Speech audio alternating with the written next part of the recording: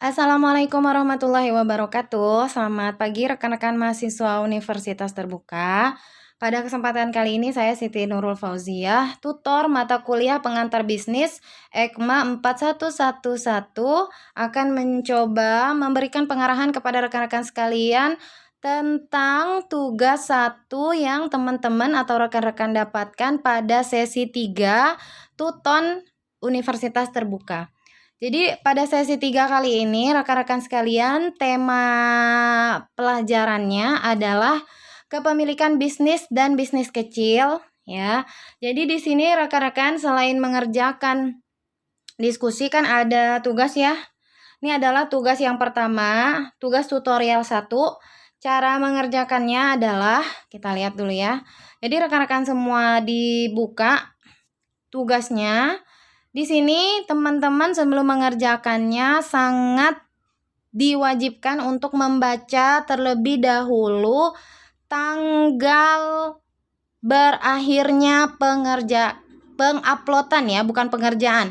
Penguploadan tugas rekan-rekan sekalian. Nah, ini banyak sekali yang biasanya message ke saya bahwa mereka tidak bisa mengerjakan dan mengumpulkan tugas tepat waktu. Ya, biasanya itu halangannya karena mereka ada kerjaan, terus tiba-tiba pada saat dekat-dekat tanggal due date-nya tiba-tiba jaringannya lah atau dan sebagainya ya. Itu rekan-rekan harus siasati karena bagaimanapun waktu yang diberikan udah lumayan panjang, yakni dari tanggal 17 Oktober 2022 dibuka di jam 12.00 AM ya. Kemudian ditutupnya pada tanggal 31 Oktober 2022 jam 3 PM. Nah, nih di sini rekan-rekan perhatikan karena batasnya hanya sampai tanggal 31, berarti uploadnya itu sebelum tanggal 31. Karena kalau di tanggal 31 tiba-tiba jaringannya rusak, aduh nggak tahu deh ya. Nggak bisa lewat email, nggak bisa lewat WhatsApp, saya tidak menerima penguploadan tugas selain melalui sistem e-learning resmi Universitas Terbuka. Jadi rekan-rekan tolong disiasati mengenai jadwal due date-nya. Nah, sekarang tugasnya ya.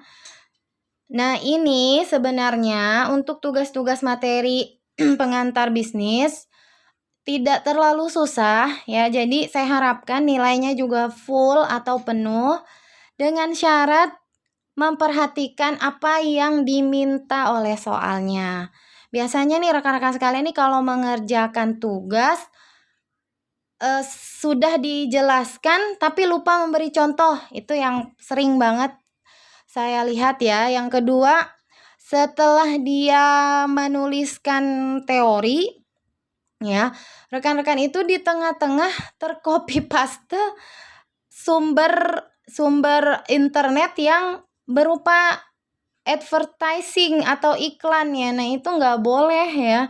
Itu jelas banget tidak dikoreksi sama rekan-rekan kalau misalnya ada yang kayak gitu. Nah, itu jangan ya.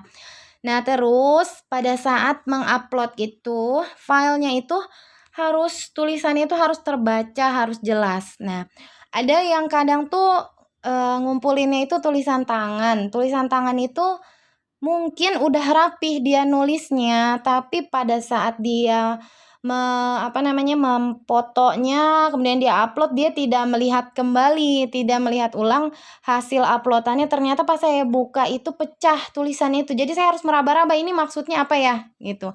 Syukur-syukur bisa saya baca, tapi ada saatnya saya bingung sendiri, tulisannya udah miring misalnya, agak-agak miring gitu kan, terus rapet. Nah, itu saya mengalami kesulitan kadang untuk mengoreksinya. Jadi mohon dipermudah untuk type tulisannya itu supaya enak dibacanya. Nah, nomor 1 ya. Seseorang yang menciptakan dan melakukan bisnis pasti melihat karena adanya kesempatan untuk membuat produk dan mendapat keuntungan di masa yang akan datang. Apa yang dimaksud dengan bisnis? Jelaskan 5 pemangku utama dalam bisnis menurut Madura 2007. Nah, Jadi kalau rekan-rekan dapat soal yang apa yang dimaksud dengan bisnis, nah berarti kalian jelaskan bisnis adalah gitu ya. Dengan status kalian sebagai mahasiswa, maka akan diminta penjelasan kalian itu tidak sembarangan. Maksudnya kalian membawa literatur atau nama lainnya adalah buku atau boleh jurnal atau apa saja seseorang yang mengungkapkan arti bisnis dan itu sudah dianggap baku gitu ya. Nah, ditulis misalnya A buka kurung tahun 19 sekian bisnis adalah, nah gitu ya. Kalau misalnya lebih dari satu orang boleh ya, 2 orang, 3 orang. Nanti di ujung itu disimpulkan berdasarkan para ahli bisnis tuh bla bla bla bla bla bla bla bla bla gitu ya. Jadi di situ kalian belajar mengungkapkan definisi bisnis berdasarkan para ahli yang sebelum-sebelumnya dan itu nilainya tuh sangat sah ya, maksudnya sangat bagus untuk melatih rekan-rekan beropini. Kemudian yang selanjutnya 5 pemangku utama bisnis menurut Madura 2007. Berarti ini tidak boleh selain menurut Madura 2007. Nah, ini pasti mudah ya. Kemudian nomor 2, kewirausahaan merupakan pendekatan dan pembaruan ekonomi dan merupakan pilar untuk menciptakan kesempatan kerja. Ya, pasti ya. Jika saudara ingin menjadi seorang wirausahawan, jelaskan 5 langkah untuk memulai bisnis. Nah, soal seperti ini memang dia minta penjelasan ya, bukan sekedar poin. Mohon diingat, dia tidak sekedar menanyakan langkahnya, tetapi juga penjelasan poin setiap langkahnya. Jadi jangan merasa jangan merasa aduh intinya kan ini gitu, tapi nggak dijelasin lagi maksudnya apa. Nah, itu jangan.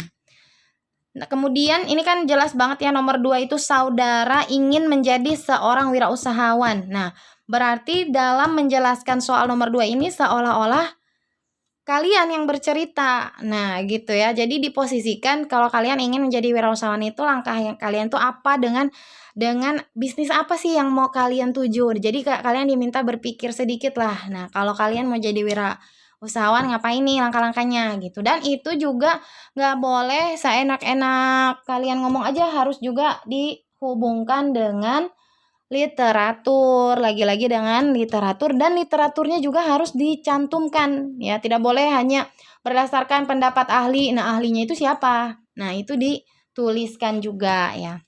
Kemudian yang nomor 3, tanggung jawab sosial suatu cara yang dilakukan bisnis untuk menyeimbangkan antara komitmen terhadap kelompok yang relevan dan individu dalam lingkungan sosialnya. Jelaskan pengertian tanggung jawab sosial dan apa saja yang harus dilakukan oleh sebuah perusahaan dalam menjalankan tanggung jawab sosial. Nah, berarti ada ada beberapa anak pertanyaan di nomor 3 ini.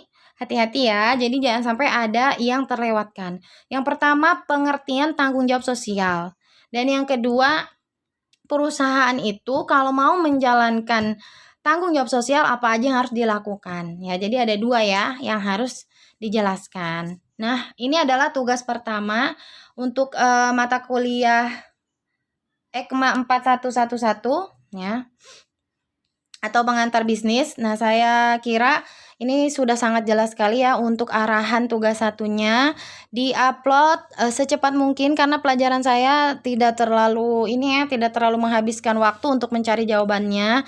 Jadi lebih baik disegerakan. Karena kan kalian banyak tuh mata kuliah yang dikerjakan, tidak hanya mata kuliah ini aja ya. Oke, mudah-mudahan lancar, sehat-sehat selalu. Terima kasih. Assalamualaikum warahmatullahi wabarakatuh.